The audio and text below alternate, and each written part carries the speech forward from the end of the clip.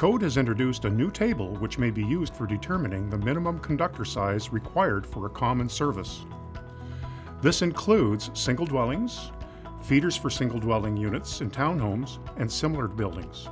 A load calculation is required proving the smaller conductor size is large enough for the calculated load. Users should note that the 5% rule has already been taken into account. Should the load calculation exceed that shown in Table 39, the next size conductor must be used.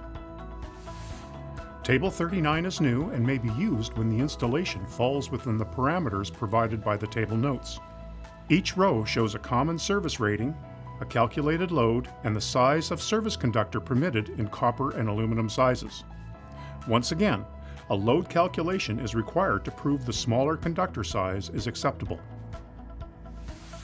In this example, the service conductors supplying the duplex meter base must be sized to Table 2 or 4 as the conductors supplying 2 dwelling units. The service conductors from meter base to panel board may be selected from Table 39. Again, in this example of a home with a suite, the service conductors supplying the meter base must be sized to Table 2 or Table 4 as they supply 2 dwelling units. The feeder to the suite may be sized from Table 39. In this example, we have a duplex or a home with 2 separate services. The service conductors supplying each service may be used using Table 39. When a larger service is supplied with parallel runs selected using Table 39, the size of each parallel conductor may be determined using the values which correlate with the half of the calculated load. In this example, we have a 400 amp service with 2 parallel runs. The load calculation has proven the load will not exceed 375 amps. The minimum ampacity of each conductor would be 188 amps. 3/0 copper is required as each parallel run must be rated at 188 amps. You could also use 4/0 aluminum as it has an ampacity of 189 amps.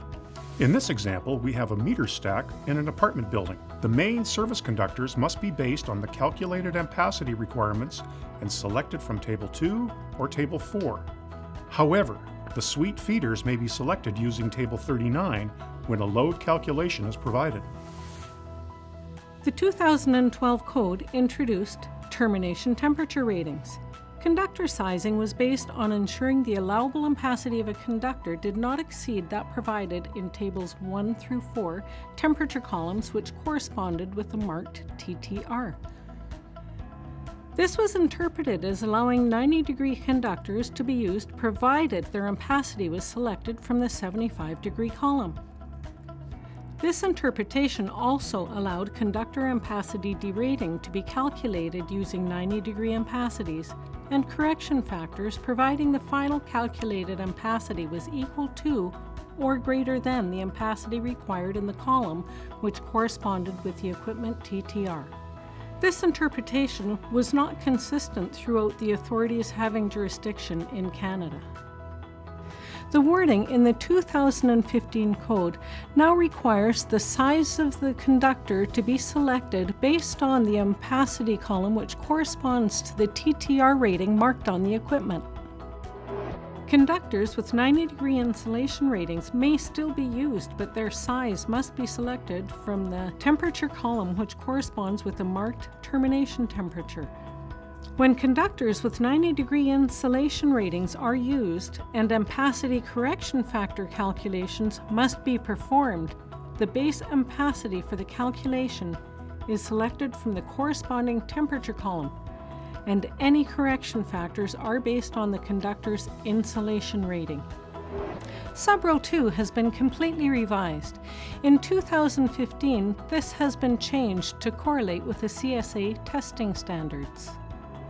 The 2012 code required electrical equipment not marked with a TTR to be considered as having a 90-degree TTR rating by default. In 2015, this has been changed to correlate with the CSA testing standards.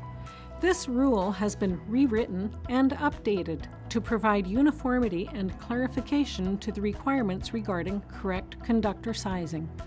The literal interpretation now requires conductor ampacity to be selected using the most conservative safety values. The wording conforms with that used in CSA Part 2 testing standards. Let's review how it's changed.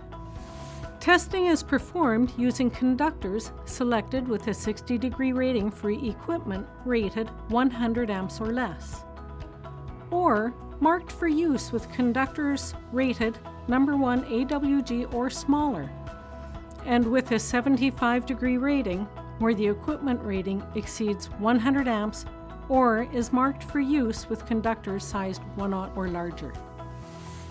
Remember that a conductor has two ends, and the termination on each end must be considered when applying the sizing rules. For example, consider a conductor wired to a 75-degree TTR termination on a circuit breaker at one end and 60-degree rated termination lugs on a meter base at the other end. This circuit must be wired with a conductor that has an insulation rating of at least 75 degrees for the circuit breaker TTR, but the ampacity must be based on 60 degrees for the meter base TTR. Conductors with 60-degree insulation are not common, but the wiring often used for pumps, TWU, is rated 60 degrees. Conductors with insulation temperature ratings higher than the TTR of the equipment they supply are permitted, provided the size is selected based on the temperature column corresponding to the marked TTR of the equipment, or when not marked in accordance with 4006-2.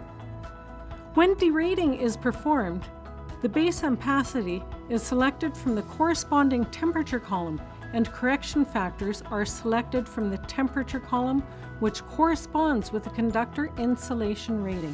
After the derating calculations are completed, the conductor size is still selected from the column corresponding with the required TTR, based on the new calculated ampacity. Overcurrent protection must be based on this new ampacity. That's it for Part 3. Please move to Part 4.